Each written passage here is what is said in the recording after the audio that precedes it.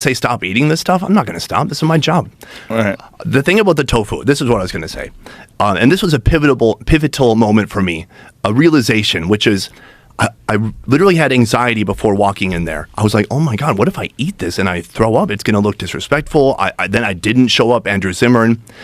And I looked at it this way. I said, I need to eat this food. I need to put my mouth around this sandwich, and I need to have the perspective and the mindset of a local person.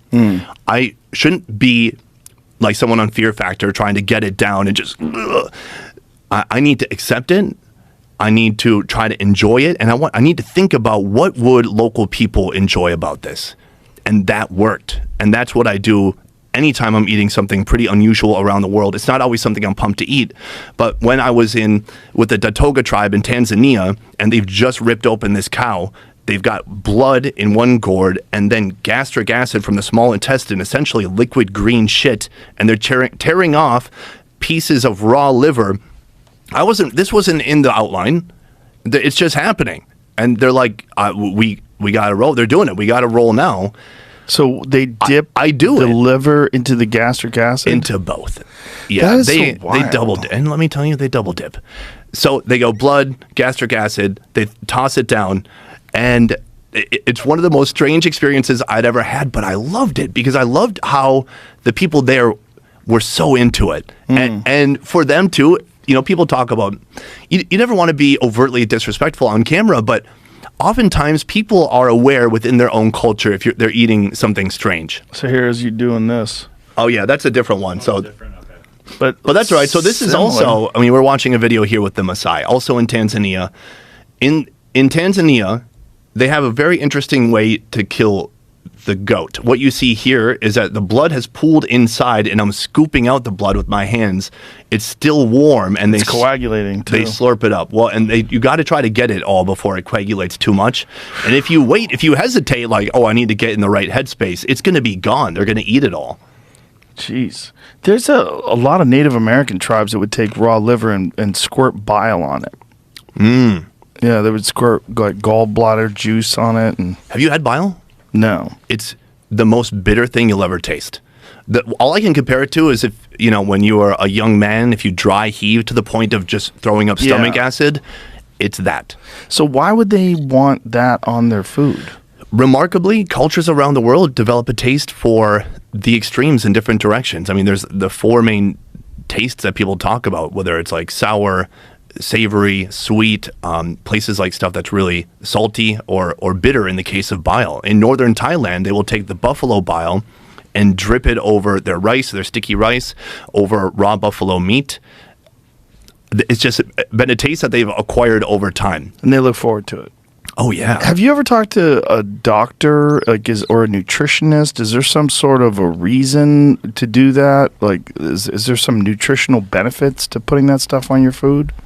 Bile in particular? Yeah. I've not talked to a doctor. I don't know that many doctors. That would be an interesting question to ask. Like, why would tribes do that? Like, maybe there's some sort of a secondary, not just a taste thing. Maybe there's some sort of a benefit.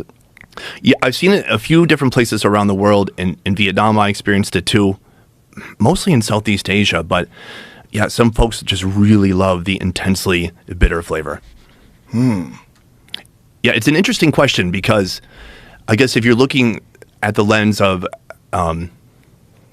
evolution, like, what do you call it? Through evolution, like looking at societies and cultures through like evolutionary biology, you might assume like, well, people ate things because they were the right things to eat, but sometimes they ate things because they were available. Right. And with that one, I couldn't tell you. But, I mean, do they ever eat the liver without all the other nasty stuff connected to it? Just raw liver? Because raw liver itself is difficult. Yes, agreed. Yeah, so it was nice to be distracted by the green poop juice on there. So at that time they ate, to back up a little bit, this Datoga tribe was super interesting. We're way out in the middle of nowhere in Tanzania. They had these beautiful huts with a flat roof, grass growing off the top of it. And in this tribe specifically, it was a woman's job to dispatch the animal and to butcher up the animal. And so the way they kill it is, because this is a whole different topic we could get into, but the way people dispatch animals around the world varies greatly. And here, they would take the cow, they would tip it on its side or on its back, and then they would essentially suffocate it. They would put different logs, like wood, long pieces of wood or branches into its throat. It would take about 10 minutes, and Jesus. Eventually it would pass away. Then these same women cut it open, they get to butchering, they have their first initial feast, they get dibs, which you don't see in most cultures, especially in Africa. Usually stuff is going to go to the guys first. They take what they want, then they mixed the rest of the bile, blood, and organs all together and present it to the men. Whew. Why do they kill the cows that way? So I'm really, this is something you may have seen in my videos, that I don't really shy away from how the animals are dispatched or how they're killed. And I think it reveals something about the culture and about people. And I just find it fascinating because it's different every place you go. With the goat that you just showed, with the Maasai, they killed a goat, and they suffocated it. So they put their hands on his nose and mouth, and they held it there for 3-4 minutes until it stopped moving. And I asked the guy in the interview, "Why are you doing this? Doesn't that seem cruel?" And he said it would be far more cruel to slash the animal's throat to make it suffer from that, and then to have it also suffer from dying afterwards. So it's kind of like 2 points of suffering compared to 1. I mean, it's a tough question. Would you rather have your throat slashed or have someone suffocate you to death?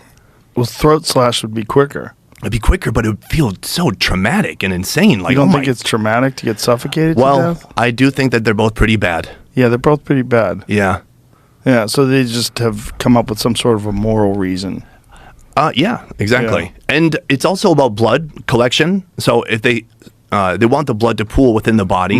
So I think it's moral, but I think it's practical too, because then they can cut the body open, the blood's pooled in there, and they can scoop it out to. They don't waste any of the blood because they eat the blood. Now, when the women get first dibs, what do they choose? Organs. And Organs. It's all over the world. Organs. Really? Organs are always eaten first, and liver is one of the most valued any place you go.